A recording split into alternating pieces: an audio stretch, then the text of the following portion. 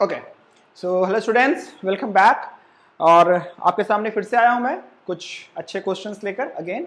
And सबसे पहले तो बधाइयाँ कि जेई मेंस और जेई एडवांस एक्सटेंड हो चुका है फिर से। And this is how the world is going. यार मैं क्या बोलूँ इसके बारे में, ठीक है। मैं कहूँ तो humanity is at the brink of devastation, ठीक है। सो खैर वो एक अलग बात है। People are working day and night around the clock कि वो वैक्सीनेशन वगैरह लेके आ सके। So those people are working. So खैर वो तो खैर बहुत नॉर्मल सी बात है, बट बी पेशेंट एंड बस काम करते रहो। इसी कड़ी में मैं कुछ क्वेश्चंस लेकर आ रहा हूँ आपके सामने। आज हम लोग एक नया सीरीज में आपके सामने एक अनाउंस कर रहा हूँ सुपर 6 के नाम से, जहाँ पे एक सेशन में हम लोग 6 अच्छे सवाल कर रहे होंगे JEE advance type. And these are bouncers, seriously I am telling you, these are very good questions. So अगर आप इस तरह के सवालों को खुद से कर पा रहे हो, so you can really assess your preparation as far as your JEE advance is concern, ठीक है। So enough talking, so now let's start, ठीक है। तो सुपर 6 के लेक्चर्स आपके पास आते रहेंगे, सुपर 6 की सीरीज आपके पास आती रहेगी। ट्राई करो क्वेश्चंस और इन्जॉय करो, और क्या बोल सकता हूँ मैं। चलो अब देखो, पहला क्वेश्चन है, आपके डिस्क्रिप्शन बॉक्स में भी लिंक दिया हुआ है क्वेश्चन का, सामने भी आपके स्क्रीन पे है, देखिए। Two positrons are at the opposite corner of the square of side 1 centimeter. The other two corners of the square are each occupied by a proton as shown in the figure. Initially the particles are held in these positions, but all the four are released at the same time. They are released simultaneously. क्या कह रहा है देखो, देखो कह रहा है यार, एक तो ना कह रहा है कि एक स्क्वायर के 4 साइड्स पे 4 पार्टिकल्स रखे हैं। इनमें से दो डायगोनली ऑपोजिट पॉइंट पे दो पॉजिट्रॉन्स हैं,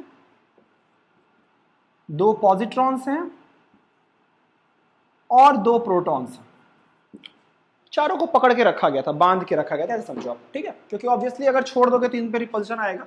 अब सोचो इनको ना एकाएक से रिलीज किया गया चारों को, तो ये बात होगा क्या। जैसे मान लो कि अगर मैं सिर्फ इलेक्ट्रॉन पे बात करूं, तो इलेक्ट्रॉन पे एक तो प्रोटॉन का रिपल्शन, इस वाले प्रोटॉन का रिपल्शन इधर की तरफ आएगा, फोर्स इस वाले प्रोटॉन का रिपल्शन इधर की तरफ आएगा, इन दोनों की नेट वैल्यू इधर की तरफ आ जाएगी, और एक इसकी वजह से फोर्स इधर की तरफ आएगा, है ना। कुछ ऐसे, कुछ इस तरह से होगा, ठीक। क्या मेरी बात क्लियर है? बिल्कुल, है ना। दोनों पर फोर्सेस तो बराबर ही थे, इसलिए इसी डायरेक्शन में लिया। अब ये प्रोटॉन जो है वो इधर की तरफ जाना शुरू करेगा, ये वाला प्रोटॉन जो है वो कुछ ऐसे जाएगा, ठीक। सेम फोर्सेस, मतलब सेम कॉन्सेप्ट से अगर सोचोगे तो इस वाले प्रोटॉन पे इधर की तरफ फोर्स आएगा, इस वाले प्रोटॉन पे इधर की तरफ रिपल्शन आएगा, पॉजिट्रॉन्स के। ये दोनों पॉजिट्रॉन्स हैं और ये दोनों प्रोटॉन्स हैं, और इन दोनों पॉजिट्रॉन्स के फोर्सेस ऐसे हो गया, और इस प्रोटॉन का फोर्स इधर की तरफ हो गया। And the same thing this is going to happen. मतलब अगर आप छोड़ दोगे तो ये वाला इलेक्ट्रॉन इधर की तरफ जाएगा, ये पॉजिट्रॉन, सॉरी ये वाला पॉजिट्रॉन इधर की तरफ जाएगा, ये प्रोटॉन इधर की तरफ जाएगा, ये प्रोटॉन इधर की तरफ जाएगा, और ये पॉजिट्रॉन इधर की तरफ जाएगा। तो उन्होंने आपसे पूछा कि अगर छोड़ दिया जाए तो फाइनल वेलोसिटीज इसकी क्या होंगी, ठीक। ओके, ये सवाल था। अगर करना है तो ट्राई कर लो वीडियो पॉज करके, बाकी मैं तो करा ही रहा हूं। मैं समझ रहा हूं कि आपने वीडियो पॉज करके कर लिया हुआ है, नहीं हुआ तो इधर देखो। जाहिर सी बात है कि अगर आप ये सभी मूव करना शुरू करेंगे, सब पे फोर्स लगा, सब कोई मूव करना स्टार्ट करेंगे। लेकिन कुछ बातों को समझें, यहां पे कुछ बातों को समझें। जैसे मैं इस पे नेट फोर्स लिख रहा हूं, तो देखो मान लेते हैं साइड लेंथ ए था, इसका दिया हुआ है सवाल में, ए की वैल्यू शायद 1 सेंटीमीटर वगैरह कुछ भी। तो अगर तुम बहुत ढंग से देखोगे तो इस पे जो फोर्स लगेगा वो क्या लगेगा, के E square upon are square, और इधर की फोर्स लगेगा के E square upon are square. भाई चार्ज तो पॉजिट्रॉन पे ई, और इस पे भी ई इधर की तरफ, और ग्रेविटेशन है नहीं, तो ग्रेविटेशनल इफेक्ट को कंसिडर नहीं करना आपको, मतलब इनके बीच की ग्रेविटेशनल फोर्स को आपको कंसिडर नहीं करना। तो इधर की तरफ फोर्स कितना बन के आया, √2 के E square upon are square, और चूंकि दोनों मैग्नीट्यूड बराबर था तो 45 डिग्री पे फोर्स आएगा, और इसका भी फोर्स जो है वो 45 डिग्री पे आएगा, तो इस पे भी फोर्स जो हुआ के ई स्क्वायर अपॉन √2 आर का होल स्क्वायर, ठीक है। ए मान लो, सॉरी ए है। इस पे सोचो, इस पे भी फोर्स वही है, के E square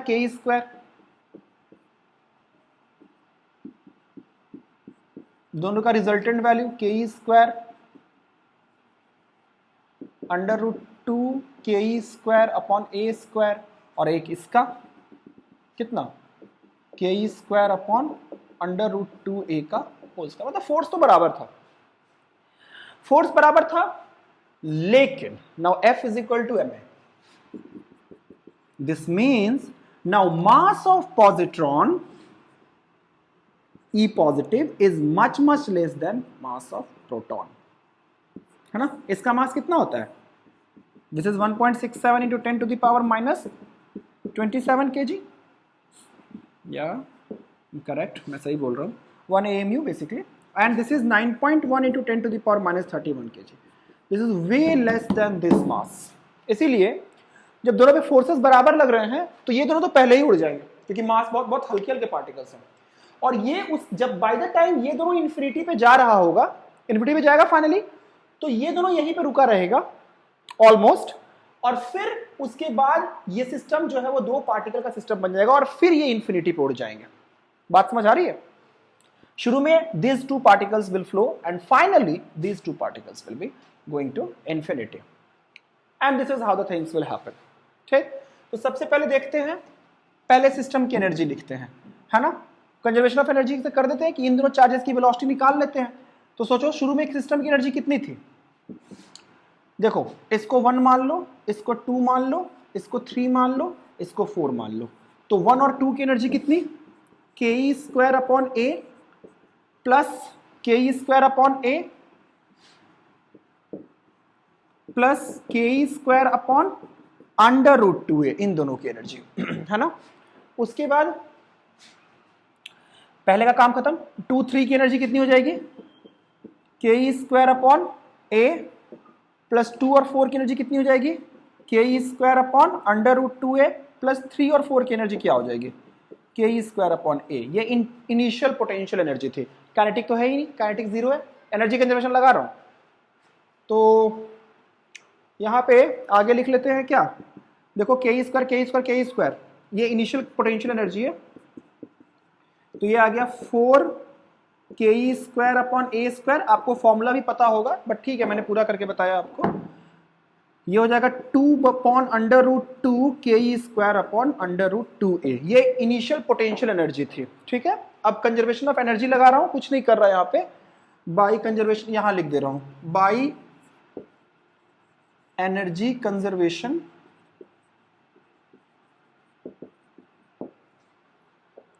by energy conservation क्या लिख लोगे आप, बाई एनर्जी कंजर्वेशन क्या लिख लोगे आप, देखो इसको मिटा दे रहा हूं, ये टोटल एनर्जी 4 के स्क्वायर अपॉन ए स्क्वायर प्लस 2 अपॉन रूट 2 के स्क्वायर अपॉन ए स्क्वायर। ये दोनों पार्टिकल्स इन्फिनिटी पे चले गए तो इनकी एनर्जी तो जीरो हो गई पोटेंशियल, और दोनों की रफ्तार थी, and that is 1/2 mv square का डबल कर ले रहा हूं मैं, which is mass of proton into इतना, प्लस क्या कर लोगे, ये दोनों की एनर्जी है ना, तो वो कितना हो जाएगा, के square upon under root 2a। अब बस यहां से सॉल्व वॉल्व करोगे, e की वैल्यू रख दो 1.67 into 10 to the power minus 19, उसकी वैल्यू रख दो, k की वैल्यू 9.9 इंटू 10 टू पावर 9 रख दो, a की वैल्यू 1 सेंटीमीटर दी हुई है, ये इक्वेशन है, ठीक है। जब आप वैल्यू सॉल्व करोगे तो मैं डायरेक्ट लिख दे रहा हूं क्योंकि मैं उसको सॉल्व नहीं करना चाह रहा, आप सॉल्व करना खुद से। सो v की वैल्यू आएगी 350 मीटर्स पर सेकेंड, ठीक है, आप सॉल्व करना घर पे। तो मतलब ये दोनों पार्टिकल्स जो हैं इन्फिनिटी पे 350 मीटर्स पर सेकेंड से जा रहे होंगे, और उस समय इन दोनों पार्टिकल को प्रैक्टिकली रेस्ट पर माना गया कि ये दोनों पार्टिकल की रफ्तार हालांकि कुछ ना कुछ तो होगी बट उसको हमने नेग्लेक्ट किया है। अब सोचो फाइनली क्या होगा, अब ये दोनों पार्टिकल्स तो रहे ही नहीं, ये दोनों पार्टिकल्स इन्फिनिटी पे चले गए, अब ये दोनों पार्टिकल्स स्टिल रेस्ट पे थे but still they were repelling each other, fine. So अब देखा जाए, चूंकि पार्टिकल्स जो हैं वो अब जाएंगे दोनों इन्फिनिटी पे, तो मैं डायरेक्ट एनर्जी कंजर्वेशन लिख दे रहा हूं, डायरेक्ट एनर्जी कंजर्वेशन से के square upon under root 2a शुरू की एनर्जी, काइनेटिक एनर्जी 0, बाद में ये टोटल काइनेटिक एनर्जी किसमें बदल जाएगा, पोटेंशियल एनर्जी में, सॉरी टोटल पोटेंशियल एनर्जी किसमें बदल जाएगा, काइनेटिक एनर्जी में, and that is equal to 1/2 mv² × 2। अच्छा दोनों की रफ्तार बराबर क्यों ली, हाँ मास बराबर है, मोमेंटम कंजर्वेशन, m1 v1 बराबर m2 v2, तो mm कट जाएगा एंड v1 बराबर v2, ठीक है, वहां पर भी वही कुछ हो रहा था। सो this is how the things will happen. तो यहां से आप इसको जब सॉल्व करोगे into 2, so this implies v की वैल्यू शायद 2.7 मीटर पर सेकेंड आया है, आप सॉल्व करके देख लीजिएगा, ठीक है, ये v1 मान लो, ये v2 मान लो, ठीक है। So this is how the first question will be solve, ठीक। मैं आंसर देख लूं थोड़ा सा इसका, हाँ सही है, ओके देख लो, बढ़िया सवाल है, बस ये समझना था, ये आपको सिखाता है ये कॉन्सेप्ट, मास ऑफ इलेक्ट्रॉन और mass of positron is much much less then mass of proton और न्यूट्रॉन, दोनों का मास ऑलमोस्ट बराबर है। क्वेश्चन नंबर 2 देखो, क्वेश्चन नंबर 2 बहुत बढ़िया सवाल है, इसे ढंग से समझना। कह रहा है कि small electrically charged Beed can slide on a circular frictionless insulating wire. A point-like electric dipole is fixed at the center of the circle with its dipole's axis lying in the plane of the circle. Initially, the bead is on the plane of symmetry of the dipole as shown in the figure. How does the bead move after it has been released? Find the normal force exerted by the string on the bead and ignore the effect of gravity. Okay, assuming that the electric forces are much greater than the gravitational forces, so you have to neglect the weight and gravity, everything like that. Fine. देखो कह रहा है कि यहाँ पे एक dipole है, मैं थोड़ा बड़ा बना रहा हूँ डाइपोल को ताकि आपको मैं थोड़ा सा चीजें सिखा सकूँ। यहाँ पर एक डाइपोल है, डाइपोल को चलो हम लोग एक वेक्टर से लिख देते हैं, वो डाइपोल इस तरह का था, प्लस माइनस चार्ज, और यहाँ से r डिस्टेंस पे ऐसा समझो कि एक ना रिंग है, और एक रिंग पे एक रिंग है, इस रिंग पे एक चार्ज को छोड़ा गया है और ये चार्ज सर्कुलर मोशन में, नाउ दिस, इस पे एक रिंग पे एक बीड टाइप है, बीड पे चार्ज है और इसको रिलीज किया गया और ये इसके अबाउट ही घूम रहा है, सर्कुलर मोशन में घूम रहा है। ये डिस्टेंस विस्टेंस शायद आपको a दिया हुआ है, उससे आपको घबराने की जरूरत नहीं है, ठीक है, रेडियस ऑफ द सर्कल दे रखा है उसमें, ठीक है। तो अब आपसे पूछा गया है कि क्या होने वाला है, कैसे बीड मूव करेगा, ये आपसे पूछा है, ठीक है, और आपसे नॉर्मल फोर्स पूछा गया कि नॉर्मल फोर्स जो है अगर जैसे जैसे ये मूव करेगा तो नॉर्मल फोर्स बीड और स्ट्रिंग के बीच में, बीड और स्ट्रिंग के बीच में नॉर्मल फोर्स क्या होगा, ठीक है। इस स्ट्रिंग के ऊपर बीड को बांध दिया गया, अब ये बीड जो है वो इसी के ऊपर घूम रही है, सर्कुलर मोशन कर रहा है। तो अब सोचते हैं, सोचो ढंग से क्या क्या होने वाला है। पहली बात, इनिशियल पोजीशन पर ये डाइपोल है, सोच बेटा डाइपोल के लिए ये इक्वेटोरियल पॉइंट है अभी, और इक्वेटोरियल पॉइंट पे डाइपोल का जो डाइपोल मोमेंट की वजह से जो इलेक्ट्रिक फील्ड आता है वो opposite to the direction of dipole आता है और उसकी वैल्यू होती है kp/a³। ये सब पता होना चाहिए। तो यहां पर तो फोर्स जो है वो नीचे की तरफ लगा और वो लगा kp/a³, ठीक, ओके, वेरी गुड। अब सोचो,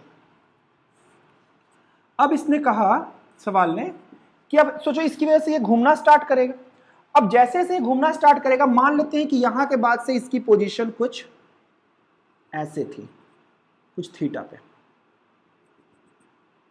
कुछ थीटा पे लिया मैंने इसको, ठीक है, कुछ थीटा पे लिया पोजीशन। अब सिर्फ सोचते हैं, एक ये पोजीशन ले लेते हैं और फिर सोचते हैं। सोचो इस पॉइंट पे डाइपोल के तो दो कंपोनेंट हुए, एक along the direction of dipole ऐसे टूट गया कंपोनेंट, और एक perpendicular to the direction of dipole ऐसे हो गया, है ना। अब देख, ये थीटा तो ये थीटा तो ये थीटा, सो ये हो गया मेरा p cos थीटा और ये मेरा हो गया p sin थीटा। अब सोच बेटा, देख यहां पे ये p sin थीटा है, p sin थीटा की वजह से ये एक्सियल कंपोनेंट हुआ डाइपोल का, है ना। तो इस पे तो एक फोर्स, एक कंपोनेंट इलेक्ट्रिक फील्ड का इधर की तरफ आएगा और इसकी वैल्यू कितनी होगी, twice of kp sin theta upon r cube, और दूसरा देख ये ऐसे जा रहा है तो डाइपोल के ऑपोजिट डायरेक्शन में, इसके लिए इक्वेटोरियल पॉइंट है, मतलब इधर की तरफ, और इसकी वैल्यू होगी KP cos theta upon r3। अब तुम समझो बात को, कि ये क्या करेगा। अब अगर तुम इसके बारे में सोचोगे कि FBD अगर बनाया जाए इसका, अच्छा कुछ और भी सोच लेते हैं कि अगर यहां पे होता, इस पॉइंट पे होता, तो डाइपोल के दो कंपोनेंट होते, एक कंपोनेंट मेरा इधर की तरफ जाता, एक कंपोनेंट मेरा इधर की तरफ जाता, तो इसकी वजह से जो फोर्स होता अब वो इधर की तरफ आता, इस परपेंडिकुलर वाले कंपोनेंट की वजह से फोर्स इधर की तरफ आता, और एक्सियल वाला फोर्स इधर की तरफ होता। तो डाइपोल के दो कंपोनेंट्स, एक in the direction of line joining centre and the bead, and one perpendicular to that is tangential. तो एक फोर्स तो हमेशा इस पे इधर की तरफ लगी रहा है।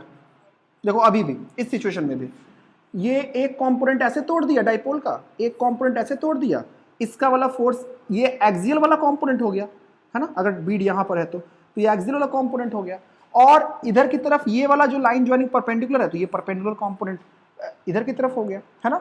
इक्वेटोरियल लाइन पे जो इलेक्ट्रिक फील्ड होता है वो opposite to the direction of dipole होता है, so it is P axial, P equatorial.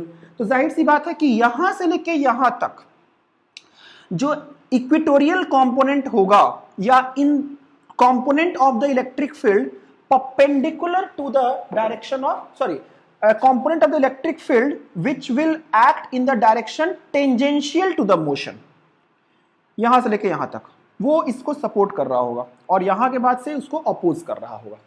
तो और नॉर्मल का कोई वर्क तो होगा नहीं, अगर है तो जाहिर सी बात है कि यहां से लेके यहां तक ऑब्जेक्ट जो है वो एक्सिलरेट हो रहा है और इसके बाद से डी एक्सिलरेट हो रहा है, तो हो सकता है ऑब्जेक्ट जो है वो ऑसिलेट कर सकता है सर्कुलर मोशन में।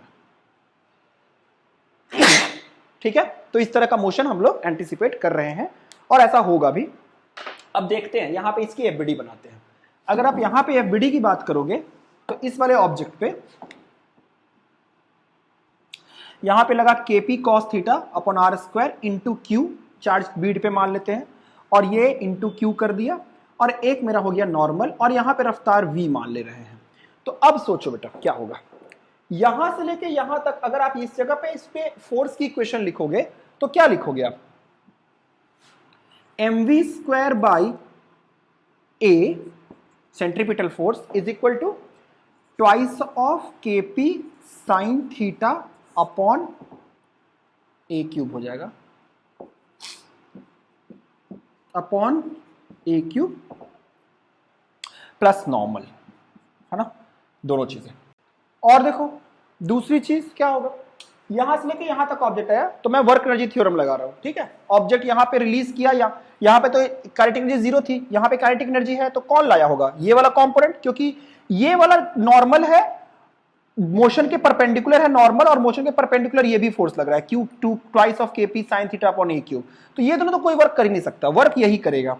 तो वर्क देखो कैसे निकालोगे, पहले तो यहां पर kinetic energy 0, final kinetic energy half mv square, so 1/2 mv square is equal to work done by this thing।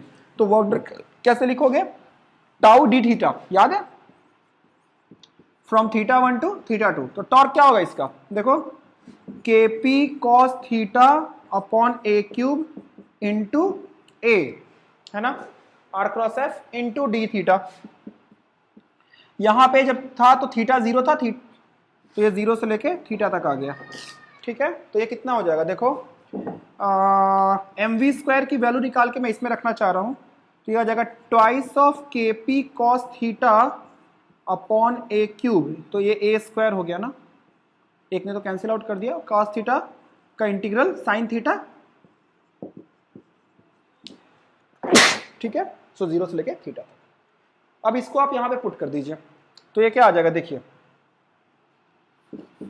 ये क्या आ जाएगा, mv स्क्वायर की value twice of KP sine theta upon a square, और एक ये a cube is equal to twice of KP sine theta upon a cube plus normal. यहां से नॉर्मल की वैल्यू कितनी आ गई, 0। नाउ दैट इज इंपॉर्टेंट, मतलब अगर आप इसको छोड़ दोगे, आप स्ट्रिंग पे ना भी रखो कोई दिक्कत नहीं है, बट अगर आप इसके इन्फ्लुएंस में इसको छोड़ोगे then it will perform circular motion for which the required centripetal force will be provided by one of the component of the electric field component of the dipole, हमेशा। और यहां से यहां तक वापस फिर ऐसे ऐसे ये करता जाएगा। बोलो क्लैरिटी है? क्या कह रहा है इस सवाल में? क्वेश्चन नंबर 3 क्वेश्चन है, देखो तुम्हारे सामने है पड़ा हुआ। कह रहा है कि एक शाफ्ट है, इस शाफ्ट पे ना क्या कर रहा है कि पहले तो टर्निंग मार दी हुई है उन्होंने, ऐसे सोलेनॉइड टाइप बना दिया इसको, और इसमें बेटा इस तरह से इसके एक एंड को अमीटर से कनेक्ट कर दिया और एक एंड को अमीटर के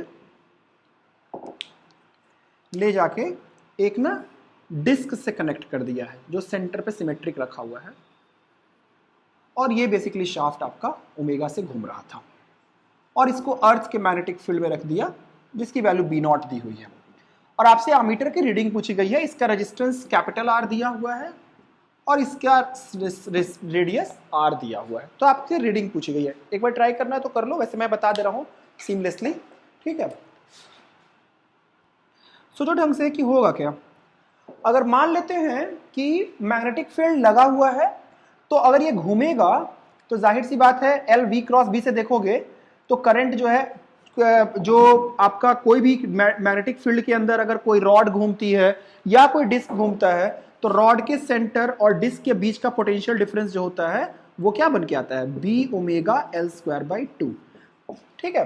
अब यहाँ पे देखो ये वाला पॉइंट बाहर की तरफ आ रहा था, तो L V क्रॉस B से देखोगे तो सेंटर हायर पोटेंशियल पे है, तो सेंटर हायर पोटेंशियल पे है तो इनके बीच का पोटेंशियल डिफरेंस तो B omega L square by 2 ही रहना था। तो मान लेते हैं कि चलो यहाँ पे करंट जो है वो एंटर कर रहा है, तो करंट ऐसे आ रहा होगा इस जगह से। मैंने फिगर सही बनाया है ना? हाँ सही है, ठीक है, सही है, इसी तरह का है डायग्राम।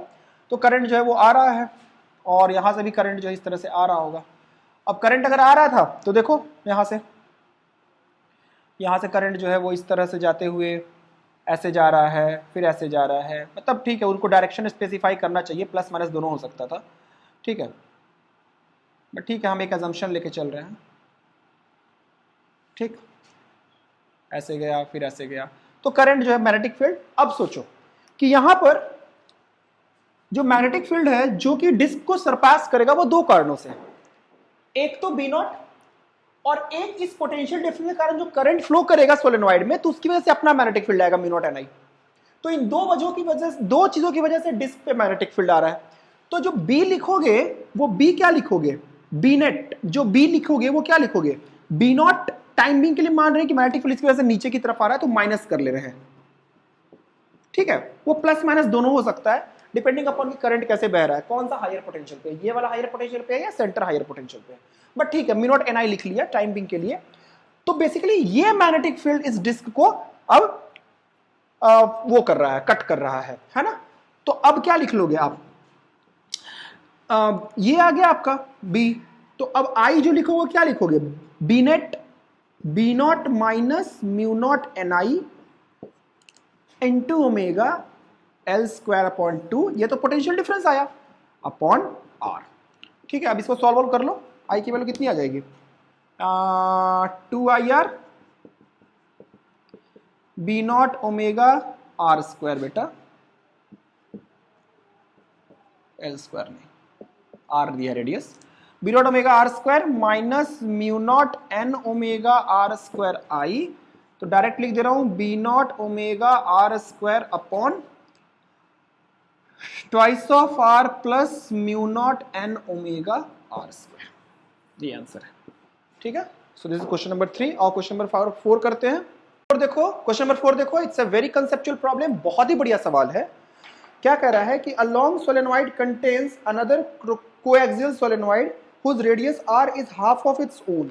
कह रहा है कि एक सोलेनॉइड है, इस सोलेनॉइड के अंदर एक और सोलेनॉइड कोएक्सियल सोलेनॉइड है, इसका रेडियस R है और इसका रेडियस ट्वाइस ऑफ R है, दोनों सोलेनॉइड से लंबा अंदर की तरफ जाता हुआ, ठीक है। उसका आपको ऐसा समझो कि फ्रंट व्यू बना के दिया उन्होंने, ठीक है। सवाल देखो सामने है तुम्हारे, समझने की कोशिश करो, खुद से बनाने की कोशिश करो, ठीक है। Their coils have the same number of turns per unit length, दोनों का n बराबर दिया हुआ है आपको, and initially both carry no current, this is the initial condition, At the same instant, current starts increasing linearly with time in both the solenoids. दोनों solenoids में current linearly बढ़ना start होता है. At any moment, current flowing in the inner coil is twice as large. मतलब अगर किसी भी movement पे बोल रहा है कि अंदर का करंट इसके करंट के डबल है, मतलब अगर अंदर का करंट हम मान ले और चूंकि लीनियरली बह रहा है तो किसी भी टाइम पे करंट क्या होगा. लेट सपोज कि इसके अंदर जो करंट था शुरू में 0 था, तो इसके अंदर करंट जो है इस पे मान लेते हैं KT, तो इस पे करंट हो जाएगा 2 KT, where K is the constant of proportionality, है ना, क्योंकि करंट जो है वो I जो है वो डायरेक्टली प्रोपोर्शनल टू T, तभी तो लीनियर होगा. तो इस पे करंट KT, इस पे करंट ट्वाइस ऑफ KT, तो किसी भी टाइम पे भाई डबल होगा इसका करंट. ठीक है. As a result of the increasing currents, a charged particle initially at rest between the solenoids start moving. देखो कह रहा है कि इन दोनों के बीच कोई चार्ज पार्टिकल है वो मूव करना शुरू करता है. मैं ये तो बता देता हूं आपको, लेकिन इसके अंदर वाले का आंसर आप खुद निकालना. ठीक है. कोई चार्ज पार्टिकल यहां पर है दोनों के बीच में और वो मूव करना स्टार्ट करता है. ठीक है. कोई मूव करना शुरू कर देता है, तो आपको पूछा गया है कि उसका रेडियस क्या होगा. पॉज कर ले और करके बता. कर सकता है. चलो, मैं समझता हूं कि आपने कोशिश कर ली है. अब देखो पहली बात होगा क्या यहां पे. सोचो ढंग से बेटा कि इसका मैग्नेटिक फील्ड भी चेंज हो रहा है, T चेंज हो रहा है, इसलिए करंट चेंज हो रहा है, इसका भी मैग्नेटिक फील्ड चेंज हो रहा है. Changing magnetic field cylindrically symmetric region है, मतलब यहां पर इंड्यूस्ड इलेक्ट्रिक फील्ड आ सकता है, और वो इंड्यूस्ड इलेक्ट्रिक फील्ड चार्ज पे QE का फोर्स लगाएगा, जिसकी वजह से चार्ज जो है वो मूव कर सकता है. और मैग्नेटिक फील्ड तो अंदर की तरफ था ही, सेंट्रीपिटल फोर्स मैग्नेटिक फील्ड देगा. समझते हैं बात को, ढंग से समझते हैं. पहले यहां पर सोचते हैं, changing magnetic field can give rise to induced electric field. पहले यहां पे हम इंड्यूस्ड इलेक्ट्रिक फील्ड की वैल्यू देखते हैं. जाहिर सी बात है, कैसे लिखोगे, कैसे लिखोगे बताओ इंड्यूस्ड इलेक्ट्रिक फील्ड की वैल्यू. देखो किसी भी टाइम पे इसमें इसके थ्रू मैग्नेटिक फील्ड क्या लिखा जाएगा, इसका मैग्नेटिक फील्ड जो इसके अंदर आ रहा होगा, mu naught times N into I. तो मैग्नेटिक फील्ड जो लिखा जाएगा वो लिखा जाएगा mu naught times N into I, and I is twice of KT. This is my magnetic field B1 इसका. और यहां पर बाहर तो इसका मैग्नेटिक फील्ड होगा ही नहीं, सोलेनॉइड के अंदर ही मैग्नेटिक फील्ड लेते हैं, बाहर नहीं लेते. यहां पर जो मैग्नेटिक फील्ड होगा वो इसकी वजह से होगा, बड़े वाले की वजह से. So B at point A लिख लेते हैं. At point A is equal to mu naught times N into KT. ये मैग्नेटिक फील्ड इस जगह, ये मैं आपको बता रहा हूं. अब यहां का मैग्नेटिक फील्ड आ गया जो कि चेंज करा था टाइम के साथ. All right, now let's write the flux over here. इस सरफेस के अंदर फ्लक्स क्या लिखा जाएगा, magnetic flux phi magnetic B dot ds, and B is mu naught times N KT. ये मैग्नेटिक फील्ड आ गया इनटू एरिया. एरिया क्या लिखोगे, मान लीजिए रेडियस स्मॉल r है ना, mu naught times N KT into pi r square. ये हुआ. ठीक है. इसका फ्लक्स बाहर वाले की वजह से. ठीक. फिर इसकी वजह से क्या लिखोगे, flux mu naught times N into KT into sorry mu naught times N into twice of KT into कितना. अब ये वाला रीजन तो यहीं तक था ना, मैग्नेटिक फील्ड तो यहीं तक थी, तो फ्लक्स तो इसी रीजन के कारण आया होगा ना, बस पाई कैपिटल आर स्क्वायर। मुझे लगा नहीं आपको आया समझ में। ये देखो फिर से समझा रहा हूं, जो मैग्नेटिक फ्लक्स लिखा जाएगा, एक तो यहां पर फील्ड जो लिखोगे, तो एक तो बाहर वाले का फील्ड, तो यहां तक बाहर वाले का फील्ड तो टोटल में है फैला हुआ,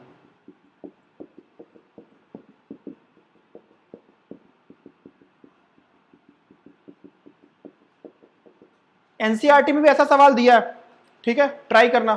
एनसीईआरटी ईएमआई का लास्ट सवाल इसी कॉन्सेप्ट पे बेस्ड है। पहले बात को समझो कि अगर देखा जाए बहुत ढंग से, तो इस जगह पे जो फ्लक्स लिखा जाएगा बाहर वाले के लिए की वजह से अगर फ्लक्स लिखोगे तो क्या लिखोगे, magnetic field is mu naught N K T into pi R square. भाई पूरे रीजन में मैग्नेटिक फील्ड था बाहर वाले की वजह से, लेकिन अंदर वाले की वजह से तो मैग्नेटिक फील्ड सिर्फ यहीं पे था, सिर्फ इस रीजन में मैग्नेटिक फील्ड कन्फाइंड था। तो उसकी वजह से mu naught N into two K T B into area pi small R square. ये आ गया फाई मैग्नेटिक, आपका फाई मैग्नेटिक ये हो गया। अब क्या करोगे, E dot D L is equal to D phi by D T.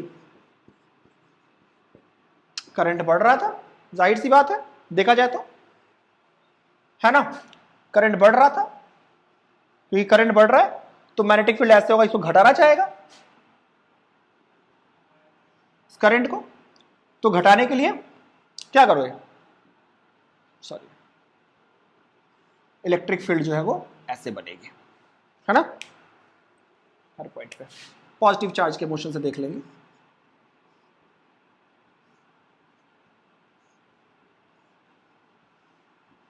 कुछ इस तरह से मैग्नेटिक फील्ड बन के आएगा, सॉरी इलेक्ट्रिक फील्ड आएगा। इंड्यूस्ड इलेक्ट्रिक फील्ड का डायरेक्शन कुछ इस तरह से होगा, है ना। अब देखो, so D phi by D T E dot D L is equal to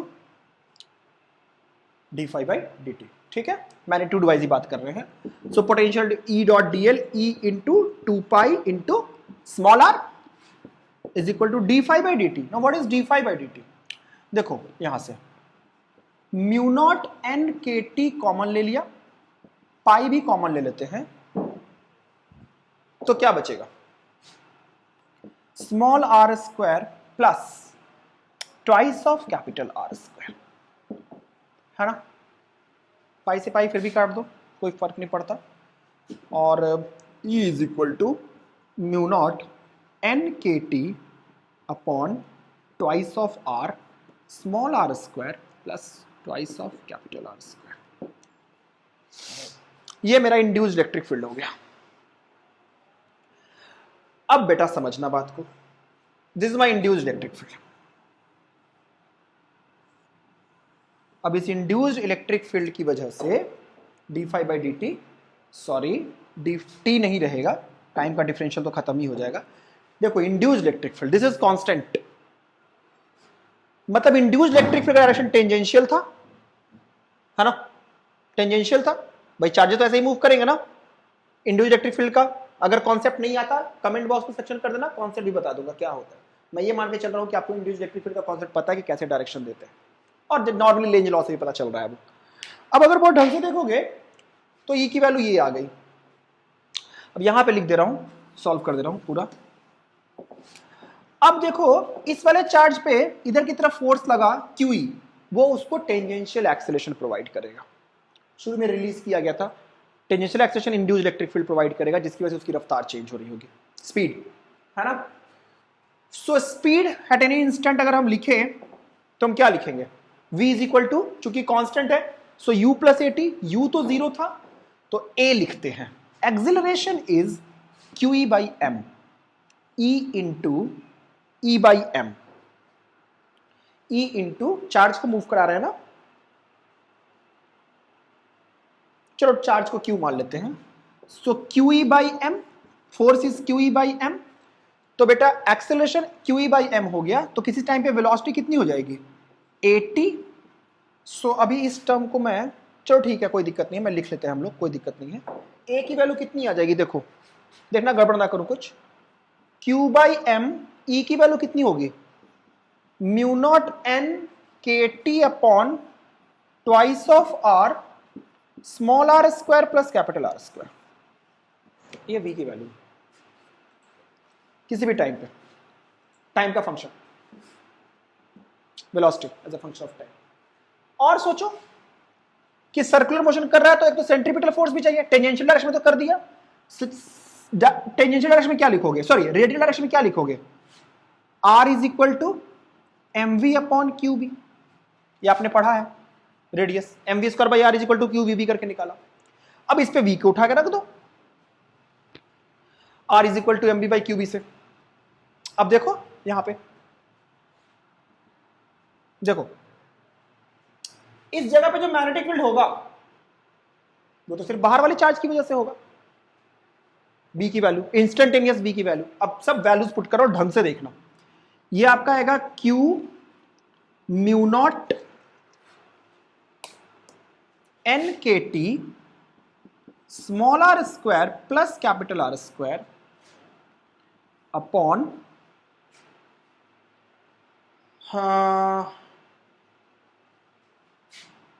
twice of mr, ठीक है, v की वैल्यू रख दी हमने, v की वैल्यू रख दी AT के फॉर्म में, ठीक है, इंटू m, ये वाला m, into q, into b, b क्या होगा, म्यू नॉट n I, इसमें करंट तो I था ना और इसमें 2I था, मतलब I बराबर KT, mu naught n KT। अब यहां से जो आएगा वो आंसर है, देखो सॉल्व कर रहा हूं, मुझे भी नहीं पता, Q ने Q को मार दिया अगर मैंने गड़बड़ नहीं किया है तो, म्यू नॉट ने म्यू नॉट को कैंसिल कर दिया, N ने N को कैंसिल कर दिया, K ने K को कैंसिल कर दिया, T ने T को कैंसिल आउट कर दिया, इधर से M से M चला गया। अब ये R बराबर क्या लिख लिया हमने, small r square plus capital R square upon twice of R, तो ये आ जाएगा आपका twice of R square minus R square. So ये आपका आ गया, मैंने कुछ तो गड़बड़ किया शायद कहीं, ठीक है, हाँ 2R स्क्वायर है ना, R square plus 2R square, क्योंकि मुझे आंसर याद था, तो ये 2R स्क्वायर हो जाएगा। सो 2R स्क्वायर, तो 2R square minus R square, small r square बराबर twice of R square, so R is equal to under root 2R, ये आंसर है। It's a very good problem. ये आपसे इंड्यूस्ड इलेक्ट्रिक फील्ड के कई सारी बारीकियों को टेस्ट करता है। पहली बात तो सोलेनॉइड के बारे में भी आपसे पूछ लिया उसने कि सोलेनॉइड के अंदर ही इलेक्ट्रिक मैग्नेटिक फील्ड होता है, बाहर मैग्नेटिक फील्ड नहीं होता। फिर 2 सोलेनॉइड देके आपको बीच का रीजन दे दिया उन्होंने, और फिर आपसे सब कुछ पूछ लिया, ठीक है। चलो क्वेश्चन नंबर 5 देखो। क्वेश्चन नंबर 5 थोड़ा बढ़िया सवाल है, जेई मेंस स्पेसिफिक सवाल है, मतलब कॉन्सेप्ट जेई मेंस के हैं, करना तो काफी कुछ है इसमें भी।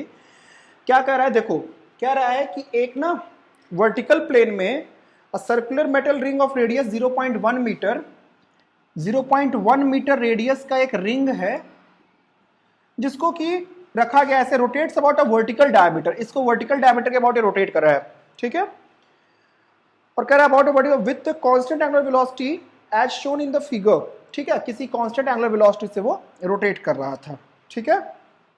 अब कह रहा है कि as shown in the figure, a small magnetic needle that can turn freely about the vertical axis, एक निडल है जो इस वर्टिकल एक्सिस के अबाउट घूम सकती थी, एक निडल है, ऐसे समझो कि आप इस एक्सिस के अबाउट ये घूम सकती थी, ठीक है, निडल ऐसे ऐसे घूम सकती थी निडल वर्टिकल एक्सिस के अबाउट।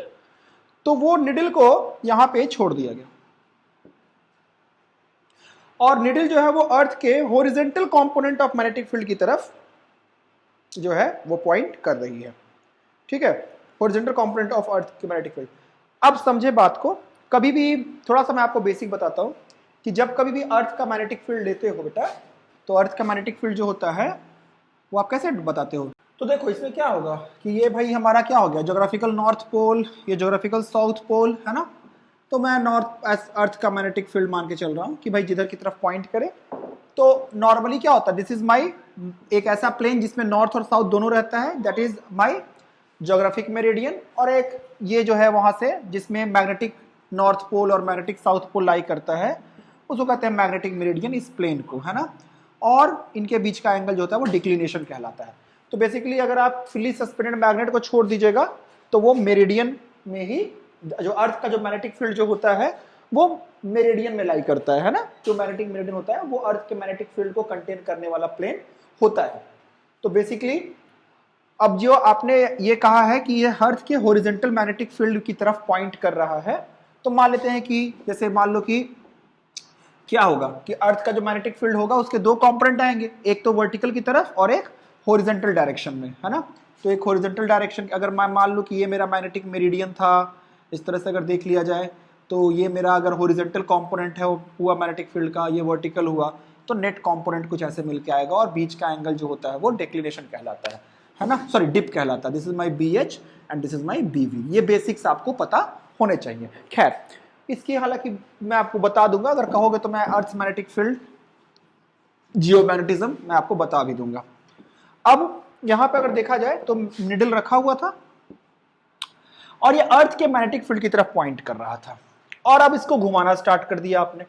तो मैग्नेटिक फील्ड अभी मान लेते हैं कि अर्थ का अंदर की तरफ था हॉरिजॉन्टल कंपोनेंट, मतलब निडल मान लेते हैं कि अंदर की तरफ गया हुआ है, ठीक है। और वर्टिकल कंपोनेंट तो ऐसे भी नीचे की तरफ है, तो वर्टिकल कंपोनेंट तो फ्लक्स में चेंज ऐसे भी नहीं लाएगा, तो फ्लक्स में चेंज तो यही मैग्नेटिक फील्ड का हॉरिजॉन्टल कंपोनेंट ही लाएगा। अब सोचो जब घुमाओगे तो एरिया वेक्टर चेंज हो जाएगा ना। मान लेते हैं कि अभी एरिया वेक्टर और अर्थ के मैग्नेटिक फील्ड का एंगल 0 डिग्री है। टाइम t के बाद आप इसको ओमेगा से घुमाना स्टार्ट कर रहे हो, तो टाइम t के बाद ये ओमेगा की वैल्यू कितनी आ जाएगी? ओमेगा की वैल्यू तो कांस्टेंट है, मतलब टाइम t के बाद ये कितना घूम जाएगा आपका? Omega T. कितना घूम जाएगा? Omega t. अब आपसे पूछा है उसने कि अगर हम इसको ओमेगा से घुमा रहे हैं, अगर हम इसको ओमेगा से घुमा रहे हैं, इसका रेडियस दिया हुआ था बेटा, radius r is equal to 0.1 metre दिया हुआ है, और बोल रहा है कि when the as shown in the figure, ये वर्टिकल एक्सिस के अबाउट घूम सकता था और ये अर्थ के हॉरिजॉन्टल मैग्नेटिक फील्ड की तरफ पॉइंट कर रहा है निडल। अब बोल रहा है कि when the ring is stationary the needle points in the, ये तो हो गया, points in the horizontal component of the earth magnetic field, however when it rotates at the rate of 10 turns per second, मतलब 10 turns per second, 10 revolutions पर second से घूमना start हो गया।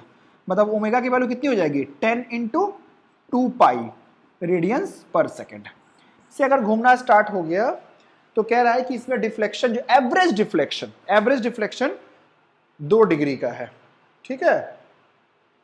तो अब कह रहा है कि रेजिस्टेंस बताना है इसका R, और देखते हैं। तो अभी अगर घूमना स्टार्ट हो गया इस ओमेगा के साथ, तो फाई को क्या लिखोगे? फ्लक्स को। किसी भी टाइम पे जो फ्लक्स होगा वो क्या लिखोगे? अगर बहुत ढंग से देखा जाए तो फ्लक्स क्या लिखा जाएगा? B डॉट ds, है ना, B इंटू, तो B into area into cos phi. B constant है, एरिया कांस्टेंट है, ओमेगा थीटा चेंज हो रहा है। अब ये घूम गया है, पहले तो इस तरह से था, अब ये इतना घूम गया, तो भाई मान लेते हैं ओमेगा टी टाइम के बाद ये ओमेगा टी घूम गया। ऐसे पहले ऐसे था, दोनों साथ में थे, अब ये ओमेगा इतना एंगल घूम गया ओमेगा टी, है ना, अंदर की तरफ है इस तरह से। अब देखो ऐसे घूम रहा है ना, एक चीज ऐसे घूम रही है। सो मान लेते हैं ये घूम गया ओमेगा टी, तो एरिया वेक्टर इसके बीच का अब एंगल ओमेगा टी हो गया। तो बी की वैल्यू मैंने BH लिख ली, इंटू क्या लिखोगे? पाई r square into cosine of omega t. अब हम यहां से d फाई बाई dt निकाल लेते हैं ताकि हमें EMF मिल जाए। तो माइनस ऑफ क्या कर लोगे? BH पाई r square omega sine omega T, और x का माइनस और एक माइनस, ये खत्म कर दे रहा हूं, तो ये EMF आया। सोच बेटा करंट क्या आएगा? करंट क्या आ जाएगा? BH पाई r square omega sine omega T upon r, है ना। टाइमिंग के लिए इसको C मान लो, क्योंकि इसको बहुत यूज नहीं करेंगे हम, बाद लास्ट में वैल्यूज पुट करेंगे। अब देख, अब मैं इसकी वजह से मैग्नेटिक फील्ड आएगा, तो मैग्नेटिक फील्ड की वैल्यू कितनी होगी सेंटर पे? किसकी वजह से? इस घूमते हुए रिंग की वजह से। तो ये कितना होगा? Mu naught I upon 2r, तो r यहां पे रेडियस है तो स्मॉल r ही कर दे रहा हूं। सो mu naught BH pi r square omega upon 2r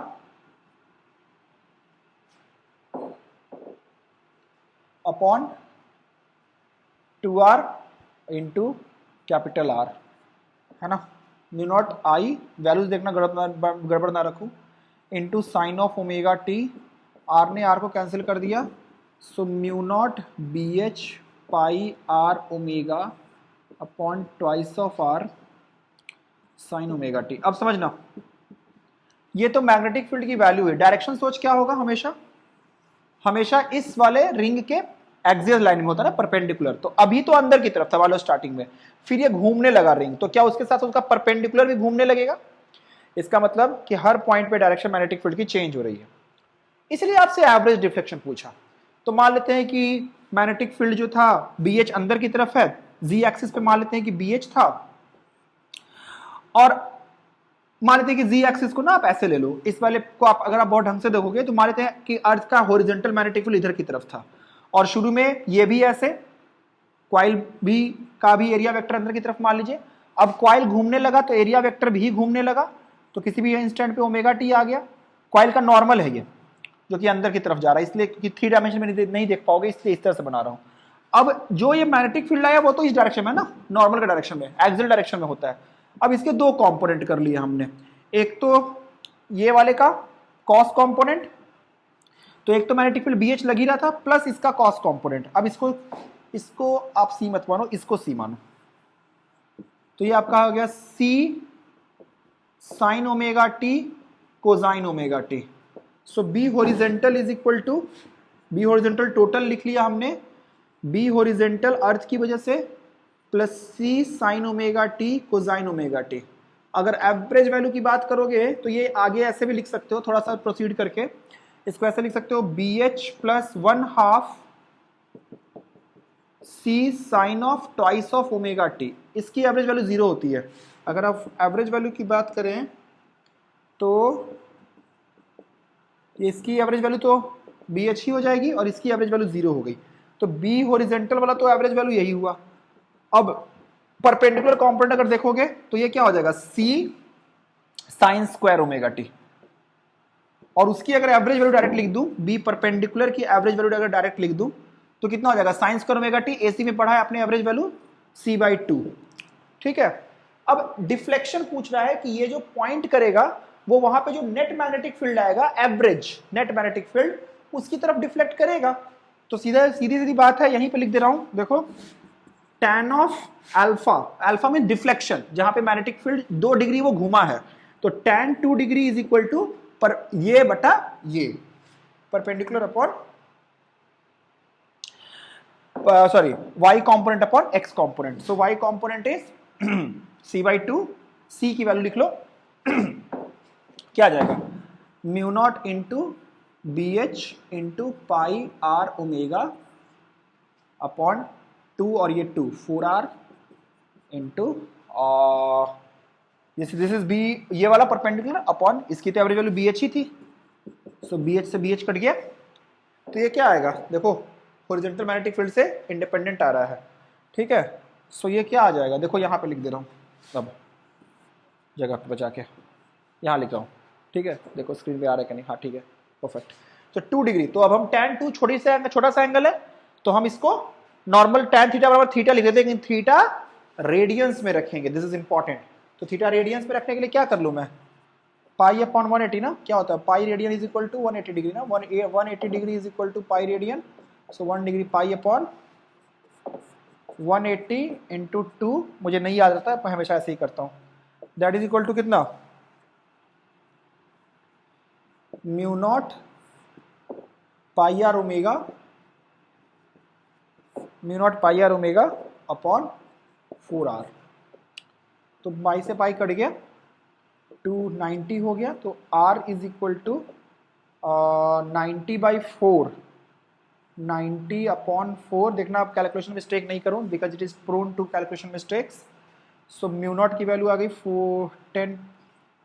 4 pi into 10 to the power -7 into R की वैल्यू 0.1 इंटू ओमेगा की वैल्यू कितनी है, देखो वहां से 20 पाई, तो पाई स्क्वायर 10 हो जाएगा, पाई 10 कर लो, तो ये हो गया आपका, और ये 4 से 4 कट गया, तो 900, ये खत्म, पाई स्क्वायर खत्म, 900 हो गया, इंटू 1/10 इंटू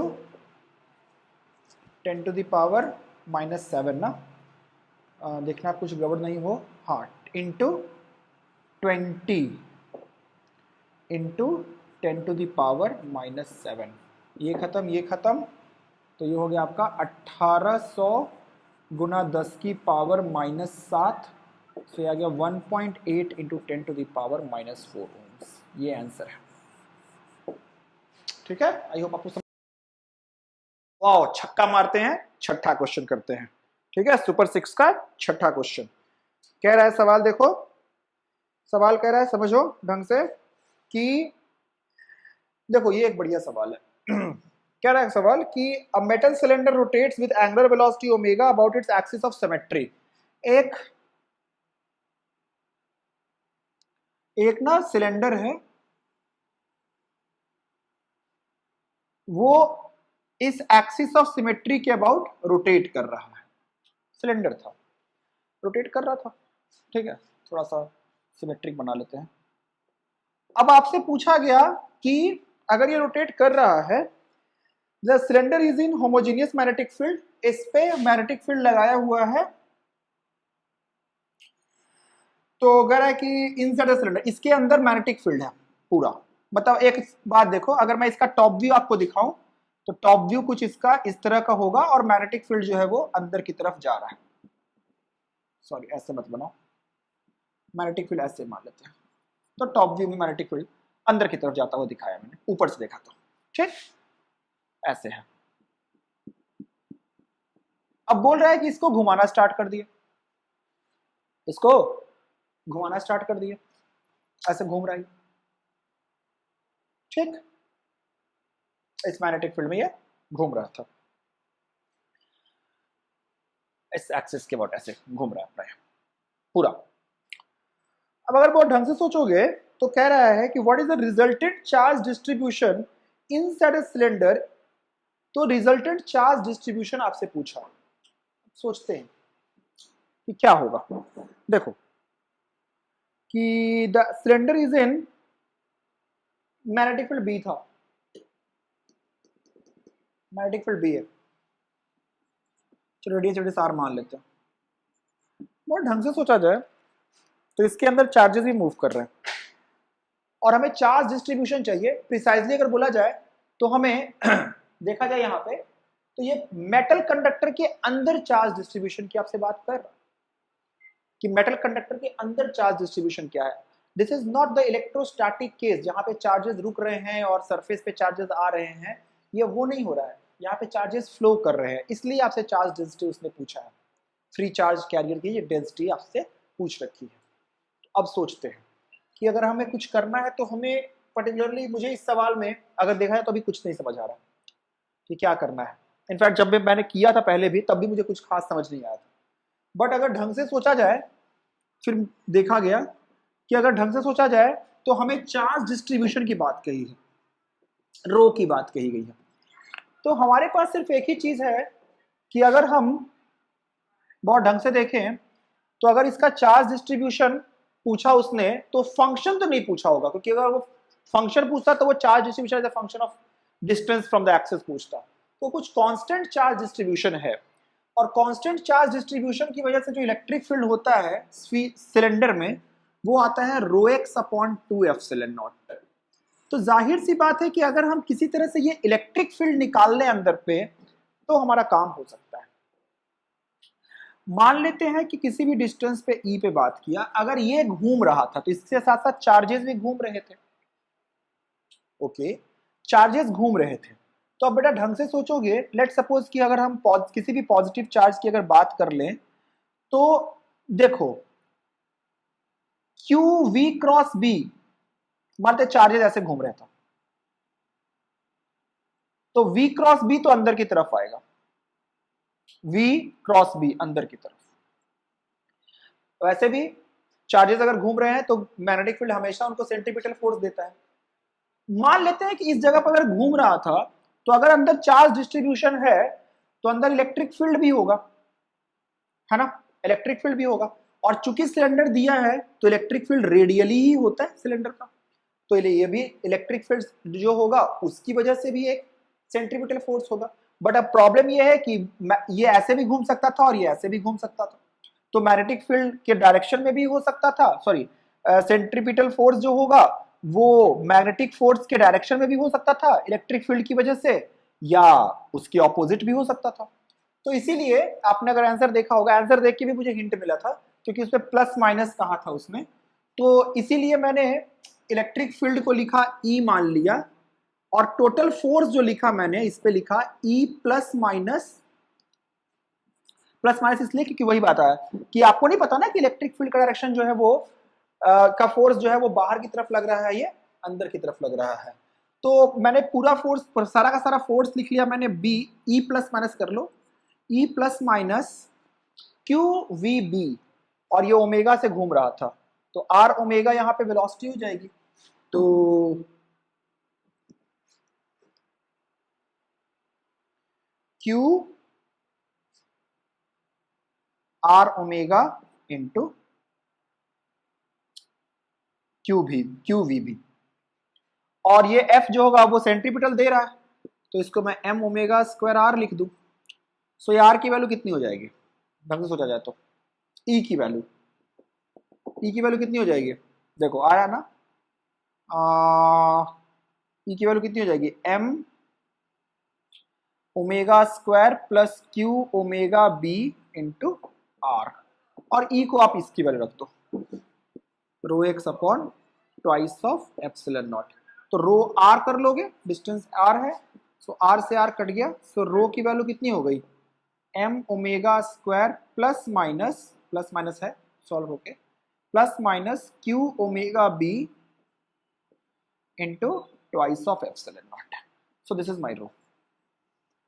और आपसे पूछा है कि is there any rho, is there any rho, is there any rho, मैंने कुछ गड़बड़ तो नहीं किया, चेक कर लो आंसर पहले मुझे, twice of epsilon naught, twice of epsilon naught M omega square R, so एक सेकेंड रुक जाओ,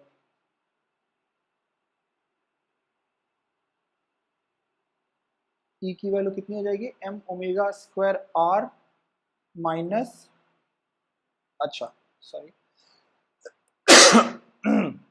क्यू ई हो जाएगा ना फोर्स, सॉरी ई नहीं क्यू ई, सो यहाँ पर कुछ तो गड़बड़ किया ना, rho R upon two epsilon naught, so E की वैल्यू में, ई की वैल्यू अगर लिखा जाए तो M omega square R minus Q R omega B upon Q भी होगा, सो अपॉन क्यू भी होगा, और ये पूरा भी क्यू हो जाएगा, सॉरी आंसर इसीलिए देखा था, तो जो आंसर आ रहा है आपका वो क्या आ रहा है, twice epsilon naught omega M upon E, हाँ तो देखो इस तरह से basically E B by M के फॉर्म में आंसर आ रहा है, ठीक है एक सेकंड चेक कर लेते हैं, ट्वाइस एप्सिलॉन नॉट, और चार्ज जो है क्यू, उन्होंने चार्ज क्या दिया है, प्रोटॉन दिया है inside the, is there any, हाँ मतलब ठीक है इलेक्ट्रॉन ही घूम रहा है ना, तो उस चार्ज को ई मान लो आप थोड़ी देर के लिए, तो वो ई के टर्म्स में आंसर दिया है इसलिए बस बोल रहा हूँ, तो twice epsilon, twice omega square, twice epsilon naught omega M upon E common ले लो, सो अगर देखा जाए तो यहां से क्या हो जाएगा, ओमेगा एम कॉमन लिया है मैंने, तो यहां पे आ जाएगा आपका कितना, ओमेगा, है ना, और यहां पे क्या बच जाएगा आपका, कितना हो जाएगा, ओमेगा बाहर चला गया, ई बी बाई एम, है ना, है ना, ओमेगा तो बाहर ही चला गया, हाँ ठीक, E B by M plus minus, यही आंसर है, ठीक है यही है ना शायद, हाँ ठीक। अब अगला सवाल उसने कहा कि what is the resultant charge distribution, is there any charge distribution, is there any angular velocity for which charge distribution is zero, yes exactly, इसको जीरो कर लो, तो अगर for rho is equal to zero omega is equal to EB by M. So अगर आप ये ओमेगा से इसको घुमाओगे in such a way that की resultant force of electric field and magnetic field are opposite to each other, then the net charge distribution inside the material will become zero. ऐसा भी हो सकता है। So ये 6 सवाल थे हमारे, बढ़िया बढ़िया सवाल कराए मैंने आपको। आई होप आपको पसंद आया होगा। JEE Mains sorry JEE Advanced super 6 series अभी चलती रहेगी, खत्म नहीं हुई है, सवाल आते रहेंगे। और कल मैं एनटीए का पेपर नंबर 46 डिस्कस करूंगा इसी चैनल पे, ठीक है? तब तक के लिए good night everybody, take care.